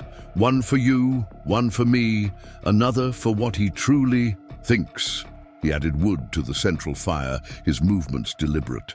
"The young ones fear their own shadows. The fourth, Black Hawk, is Crow, not Lakota or Sioux. unusual companion for white soldiers. Walker's remarks about treaty adjustments troubled me, Rebecca admitted, and his warning about the army dealing with suspicious activity. Not a warning, Swift Eagle corrected. A threat. He disapproves of what he found here. His gaze met hers directly. A white woman living willingly with a Lakota man violates boundaries he holds sacred. The blunt assessment hung between them, explicitly acknowledging what they had both understood but rarely verbalized, that their growing connection transcended mere survival cooperation, becoming something neither Walker nor most of white society would sanction. "Will they cause problems?" Rebecca asked. Swift Eagle considered the question carefully. Walker is a man who sees opportunity in everything. If reporting your presence here benefits him, he will do so without hesitation. "Then perhaps I should go to Fort Harrison," Rebecca suggested reluctantly. "Establish my own narrative before he can create one that damages us both." "Perhaps," Swift Eagle acknowledged, "but not yet, and not alone." Walker's words about renegade may be true or false. Either way, the threat is real. Army patrols will be watching for any native travelers, especially those accompanied by whites. The implications were clear.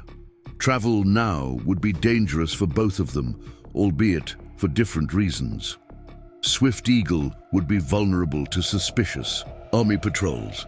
Rebecca would be subject to judgment and potentially forced rescue if found in his company. "What do you suggest?" she asked, trusting his assessment of their situation. "We wait, watch, prepare." He checked the securing of the entrance flap again, a small gesture that revealed his heightened vigilance. "Walker travels to Fort Harrison, not away from it. If he speaks of finding you here, it will be to army officers who cannot leave their posts without orders. Such orders take time." Rebecca nodded, seeing the logic in his analysis. "So we have time to consider our options." "Yes," Swift Eagle's expression softened slightly. "And you have time to decide which world you wish to return to, if either."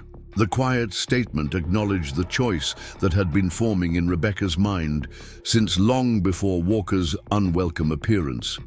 Whether to return to white society with its comforts and constraints, remain in some capacity among the Lakota, despite the challenges such a choice would entail, or perhaps forge a path that somehow incorporated elements of both worlds. That evening, as they prepared for sleep, the usual comfortable silence between them had been replaced by a watchful tension. Swift Eagle checked his rifle one final time before setting it within easy reach. A precaution he hadn't taken since. The worst of the winter storms. "You don't trust them to simply continue to Fort Harrison," Rebecca observed. "I trust what I have seen and known, not what strangers claim." He arranged his sleeping furs nearer to the entrance than usual. Walker's eyes showed interest beyond simple curiosity. Black Hawk watched too carefully. Only the young ones seemed as they appeared, nervous and out of place. The assessment matched Rebecca's own impressions, though she lacked Swift Eagle's experience in reading potential threats. As she settled onto her sleeping platform, exhaustion competed with anxiety, making rest elusive despite the physical demands of her advanced pregnancy. "Sleep," Swift Eagle encouraged, noting her restlessness. "I will keep watch first. We will take turns through the night." The simple "we" carried more comfort than any elaborate reassurance could have provided. Whatever threat Walker and his companions might represent, they would face it together, not as rescuer and rescued, but as partners who had chosen each other's company when all external pressures would have separated them. Rebecca closed her eyes, finding unexpected calm in that knowledge. The world beyond their small shelter might judge, threaten, or attempt to sever the connection they had formed, but it could not erase what had grown between them during the winter's enforced intimacy. Trust that transcended cultural differences, respect that defied social expectations, and something deeper that neither had yet fully named but both increasingly acknowledged. In the final moments before sleep claimed her, Rebecca realized, with perfect clarity, that regardless of Walker's intentions or the complications his discovery might create, she had already made her choice about which world she wished to inhabit. It was neither the restrictive society she had left behind, nor a complete abandonment of her own cultural identity, but something new. A life built at the intersection of two worlds with a man whose quiet strength and profound wisdom had transformed her understanding of what truly mattered. The challenge now would be defending that choice against those who would deny her right to make it. A battle that had just begun with Walker's unwelcome appearance and would likely intensify in the coming days as winter's grip on the Montana. Plains finally began to loosen.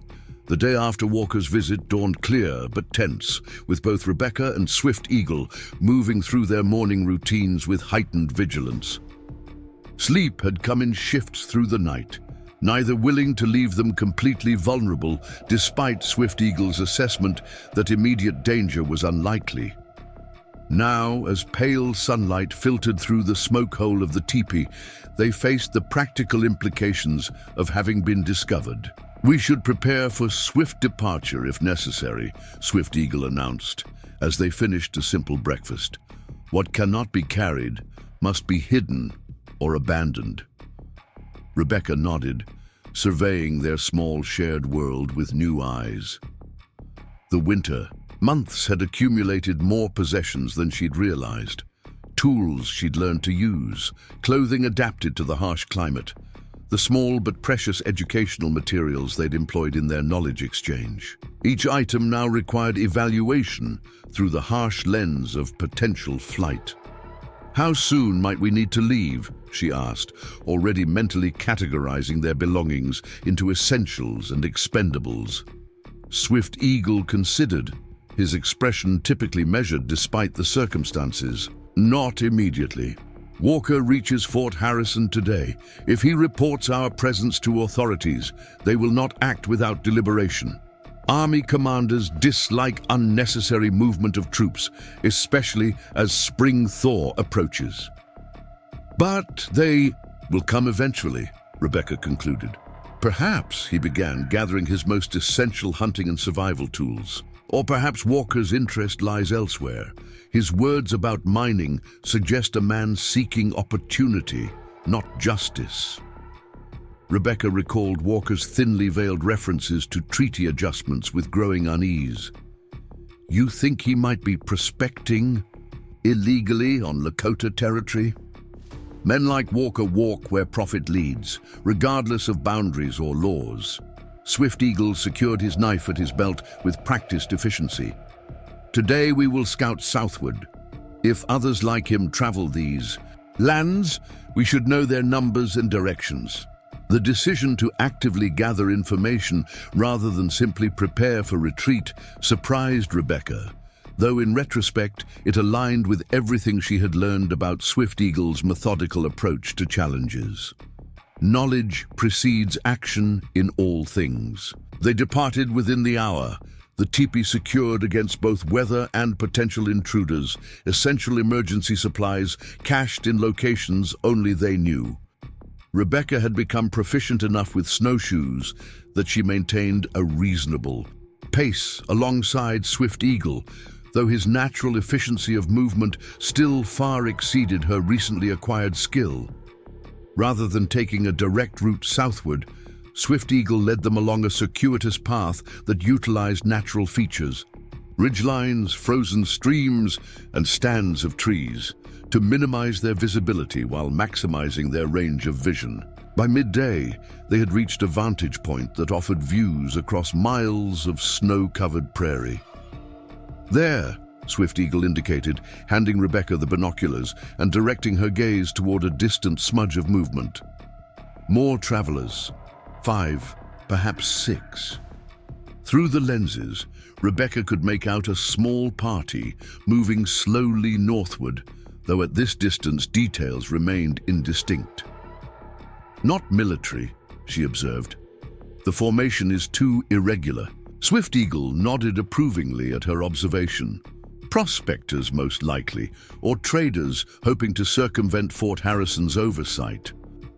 They continued their surveillance, identifying 2 more small groups traveling through the territory before beginning their return journey.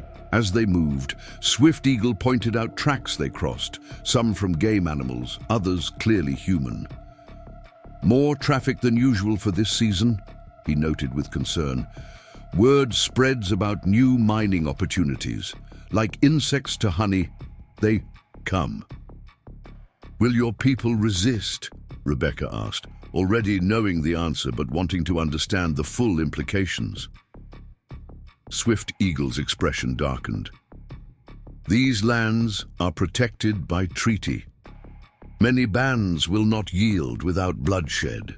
The gravity of his words hung between them as they continued homeward. Rebecca had read newspaper accounts of Indian troubles throughout her life, but always from the perspective that portrayed native resistance as irrational obstruction of inevitable progress. Now walking beside a man whose people faced existential threat from her own culture's expansion, those simplistic narratives crumbled under the weight of human reality. "And you?" she asked quietly. "Where will you stand if conflict comes?" Swift Eagle was silent for several paces before responding. "I have walked between worlds long enough to know neither side holds complete truth or virtue. But when ancestral lands are threatened, when promises are broken for greed," he met her gaze directly, "some choices cannot be avoided." The answer held both clarity and complication. Rebecca understood that Swift Eagle's position as a cultural intermediary would become increasingly untenable if tensions escalated into open conflict. The bridge he had carefully built between worlds might collapse entirely, forcing him to choices he had long sought to avoid. They reached their winter camp by late afternoon, confirming that no one had approached it during their absence. As they restored order to the teepee and prepared the evening meal, a contemplative silence settled between them, each absorbed in private thoughts about implications of what they had observed. Finally, as they sat beside the central fire sharing a simple supper of dried meat and preserved berries, Rebecca broke the silence. "Walker's visit and what we saw today, it changes everything, doesn't it?" Swift Eagle studied the flames before answering. "The world beyond our winter shelter always existed. Now it simply announces itself more loudly." "That's not quite what I meant," Rebecca persisted. "I mean for us, for whatever this has become." She gestured between them, acknowledging the undefined but undeniable connection that had developed during their shared isolation. Understanding softened Swift Eagle's features. "Among my people, winter is a time of stories, of reflection, of deepening understanding. Spring brings action, decision, movement." He set aside his empty bowl, choosing his next words with characteristic care. "What has grown between us during winter now faces spring's test." The poetic framing carried profound truth. Their relationship had developed in extraordinary circumstances, isolated from external pressures, focused on immediate survival needs, and gradually evolving into deeper connection through shared knowledge and mutual respect. Now external reality intruded, demanding that this fragile new bond define itself against powerful social forces that would deny its legitimacy. "When I left Eagle Creek," Rebecca said softly, "I was seeking physical survival. I never imagined finding—" She hesitated, struggling to articulate the complex transformation these months had wrought. "Finding myself again. Finding purpose. Finding—" Her eyes met his. "Connection, I thought, died with Thomas." Swift Eagle's steady gaze held neither demand nor expectation, only patient acceptance of whatever truth she needed to express. This quality, this profound respect for her autonomy of thought and feeling, had been foundational to the trust between them from the beginning. "The path forward is not simple," he acknowledged, A white woman who chooses to walk alongside a Lakota man walks against the current of both rivers. Many on both shores will disapprove. "I'm familiar with disapproval," Rebecca replied with unexpected lightness. Being a female teacher was considered controversial enough in some communities. Educating girls beyond basic reading and arithmetic scandalized half the mothers in Eagle Creek. A rare smile briefly transformed Swift Eagle's serious features. "You have practiced defying expectations." "Yes," Rebecca agreed, her own smile fading to solemnity. "But I recognize the difference in magnitude. Academic controversies don't compare to the boundaries we'd be challenging." The frank acknowledgement hung between them, neither minimizing the obstacles nor allowing them final authority over personal choice. For several moments, they sat in silence, the fire crackling between them, each contemplating implications of the unspoken question at the heart of their conversation. What happens when winter ends? Finally, Swift Eagle spoke. "Tomorrow we will prepare more thoroughly. The teepee must be ready for swift departure or determined defense, whichever becomes necessary." His practical focus returned, though his eyes held new warmth when they met hers. "Tonight, rest. Decisions that must be made will become clearer with morning light." That night, as Rebecca lay beneath fur blankets, listening to the familiar sounds of their shelter, the gentle pop of the banked fire, the occasional shift of the teepee covering in response to wind, Swift Eagle's steady breathing from his sleeping. Placed near the entrance, she realized how completely this temporary refuge had become home, not because of physical comfort or material security, but because it was where she had rediscovered purpose, dignity, and the possibility of genuine partnership based on mutual respect rather than societal expectation. Whatever challenges the encroaching outside world might bring, whatever difficult choices awaited, she would face them from a position of newfound strength, not as the abandoned widow desperate for protection, but as a woman who had found her own capacity for resilience and adaptation. Morning arrived with unexpected drama, not from human intruders, but from nature itself. Rebecca woke to the sound of water dripping steadily through the smoke hole, a rhythmic pattern that signaled significant change. Swift Eagle was already up, rearranging items within the teepee to protect them from the moisture. "The thaw begins," he announced, noticing her wakefulness. Earlier than expected, the south-facing snow melts rapidly. Rebecca rose quickly, helping to reorganize their belongings.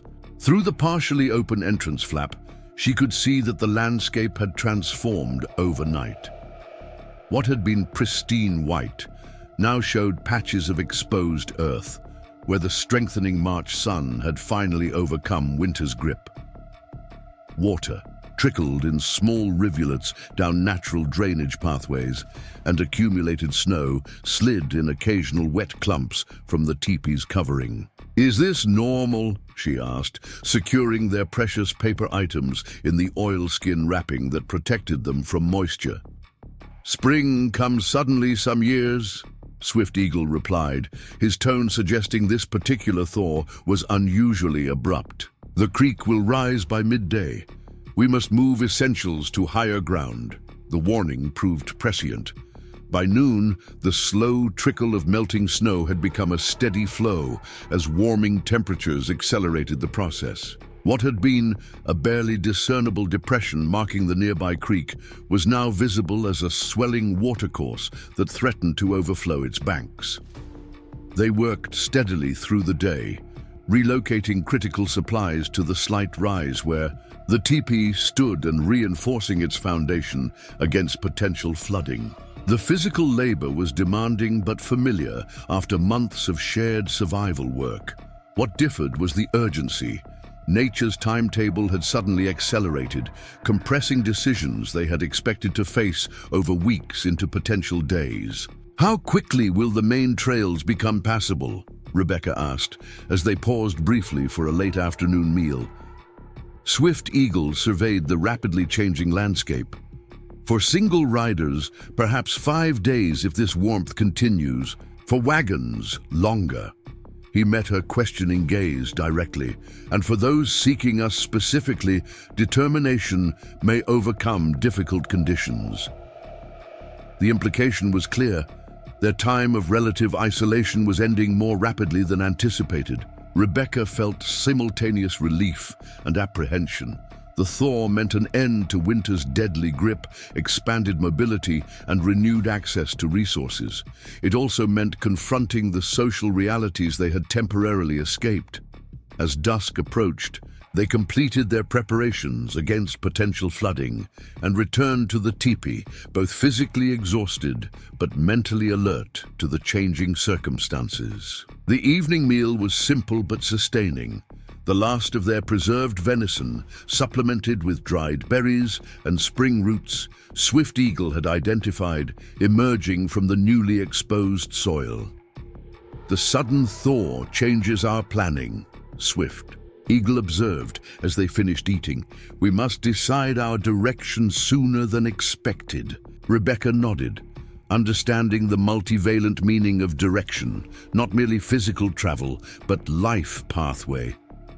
"What options do you see before us?" Swift Eagle considered carefully before answering, his respect for the weight of this conversation evident in his measured response. "Several paths are possible, each with different consequences." He outlined them methodically. "You could return to white settlement, Fort Harrison initially, then perhaps eastward to more established towns. Your education would have value in such places, especially for a woman willing to teach frontier children." This option, the one most aligned with societal expectations, now seemed foreign to Rebecca. A retreat to a world whose values she had increasingly questioned during her time with Swift Eagle. "Alternatively," he continued, "you might join the Lakota temporarily, not as one of us, but as a teacher for those children whose parents wish them to learn English and white ways. Some bands camp near Fort Harrison in spring, trading and meeting with officials. Such an arrangement would be unusual, but not unprecedented." Rebecca could envision this possibility more clearly, a role that utilized her skills while allowing her to maintain connection with the world she had discovered through Swift Eagle, yet still acknowledge the reality of her different cultural background. "And the third option?" she prompted, sensing he had left something unspoken. Swift Eagle met her gaze directly. "We continue together, neither fully in white world nor fully in Lakota world, but creating our own path between. Some places exist where such arrangements, while not common, can survive. Trading posts, mission settlements, smaller agencies where practical skills matter more than rigid boundaries. This third possibility, the one that most acknowledged the personal bond that had formed between them, was both the most appealing and the most challenging. It required rejecting fundamental societal structures from both cultures, relying instead on the strength of what they had built together during the winter's isolation. "And what do you want?" Rebecca asked, realizing he had presented options without revealing his own preference. The question seemed to catch him momentarily off guard, perhaps because few in his experience had prioritized his desires over practicalities. After a thoughtful pause, he responded with uncharacteristic directness. "I have walked alone between worlds for many years, belonging fully to neither. In you, I found someone who sees value in both worlds without being enslaved to either." His voice, typically measured and pragmatic, carried subtle but unmistakable emotion. "I would continue walking this path together, if that is also your choice." The simple declaration, devoid of flowery sentiment but profound in its sincerity, moved Rebecca deeply. In her previous life, she had experienced Thomas's more conventionally expressed devotion. Swift Eagle's statement carried different power, the straightforward truth of a man whose every word was carefully considered. "Since Thomas died," Rebecca began, organizing her thoughts as she spoke, "I've existed in a strange halfway state, physically alive but without purpose or connection. Eagle Creek saw only what I had lost, not what remained. She met his steady gaze. You saw me differently from the beginning, not as a helpless burden, but as someone with value to contribute, with capacity to learn and grow beyond established boundaries. Swift Eagle listened attentively, his expression revealing nothing of how her words affected him. This, too, had become precious to Rebecca, his ability to hear without immediately imposing his own reaction, creating space for her thoughts to fully develop. The world will not make this choice easy, she acknowledged, but I've already faced abandonment, near death, and rediscovery of purpose. What remains to fear except returning to a half-life defined by others' limitations? The question hung between them, rhetorical yet profound in its implications. Rebecca took a steadying breath before continuing. I choose the third path, together, creating something that perhaps neither of our worlds fully recognizes, but that contains truth from both. She held his gaze steadily. If that remains your choice as well. For a moment, Swift Eagle's customary stoicism gave way to visible emotion. Not dramatic by white cultural standards, but in the subtle language of expression she had learned to read during their months together, profoundly significant. He reached across the space between them, offering his hand palm upward, not demanding but inviting connection. Rebecca placed her hand in his, the simple contact symbolizing commitment, more meaningful than elaborate declarations. His fingers closed gently around hers, the calluses earned through survival work meeting similar hardened spots on her once soft, teacher's hands. Together, he said simply, whatever storms come. The decision, once articulated, created its own strange peace. Despite the uncertainties that still awaited them, they spent the evening planning more concretely, weighing options for their departure from the winter camp that had sheltered their transformation from strangers to partners. Fort Harrison would be their initial destination, unavoidable as the primary trading post and administrative center for the region. There they would assess conditions, gather information about both white settlement patterns and Lakota band movements, and determine their next steps based on where opportunity and safety might best align. Some traders at the fort maintain relations with both worlds, Swift Eagle explained. James Mackenzie, a Scotsman who married a Lakota woman 15 years ago. Thomas Williamson, who runs the small mission school but respects native ways more than most Christians. Such people might provide guidance or temporary shelter.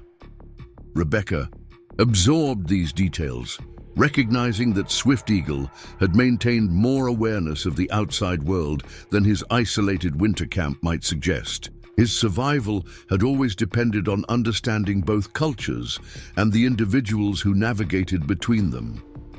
As they prepared for sleep on this night of decision, the sound of rushing water provided a constant reminder of nature's transformative power. The melting snow that had defined their shared landscape for months was returning to fluid form, creating new pathways across terrain that had seemed immutable. The land itself teaches adaptation, Swift Eagle observed, noting Rebecca's attention to the sounds outside. What appears solid and unchanging transforms when seasons shift. Yet beneath changing surfaces, the essential earth remains. The observation carried obvious metaphorical weight. Their circumstances would change dramatically in coming days as winter's isolation ended. Yet the foundation they had built through mutual respect and shared knowledge would remain if they chose to maintain it. Rebecca settled into her sleeping, furs with surprising contentment despite the uncertainties ahead. She had made more difficult journeys with far less clarity of purpose. The desperate flight from Eagle Creek had been literally blind, guided only by fear and dwindling hope. This new journey, whatever its challenges, would be undertaken with open eyes, deliberate choice, and partnership that transcended conventional understanding. Their departure from Hidden Springs came 3 days later, The teepee had been carefully dismantled, its components either packed for transport or cached for potential future retrieval. Swift Eagle had constructed a modified travois that Rebecca could manage despite her advanced pregnancy, distributing their essential possessions between this and his own more substantial load. Standing at the edge of what had been their winter sanctuary, Rebecca felt a complex mixture of emotions. Gratitude for the shelter that had preserved their lives, nostalgia for the intimate world they had created within its confines, and apprehension about the wider world they now prepared to enter. Swift Eagle placed a gentle hand on her shoulder. The place remains in memory, even when we leave it behind. Rebecca nodded, one hand resting on her swollen belly. Our child will know this story, how this place saved 3 lives and created something new. They began their journey at dawn, following the most direct route toward Fort Harrison now. That stealth was less critical than efficient travel. The landscape continued its dramatic transformation, snow retreating to shaded hollows, creeks swelling with meltwater, and the first tentative green shoots emerging in south-facing meadows. By midday, they had covered nearly 10 miles, a testament to both the improved traveling conditions and their own increased physical capability after months of wilderness living. As they paused to rest near a small stream, Swift Eagle suddenly raised his hand for silence, his posture alert to some disturbance Rebecca had not detected. "Riders," he said quietly, "coming from the east. Many."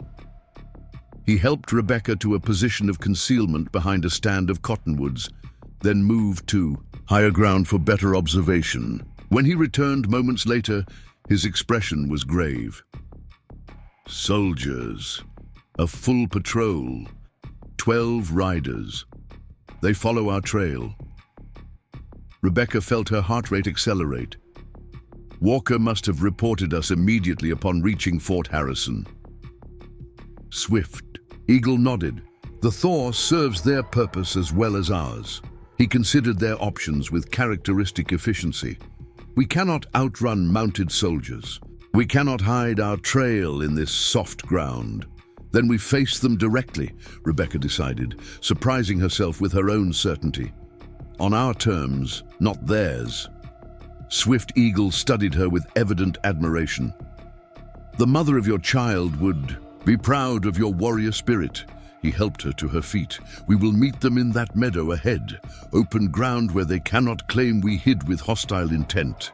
They positioned themselves deliberately, standing side by side in the center of the small meadow, their possessions arranged neatly beside them, presenting an image of peaceful travelers rather than fugitives.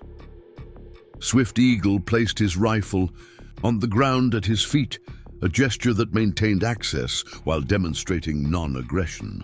The patrol appeared at the meadow's edge minutes later, a full complement of cavalry soldiers led by a captain whose ramrod posture and meticulously maintained uniform suggested strict adherence to military protocol.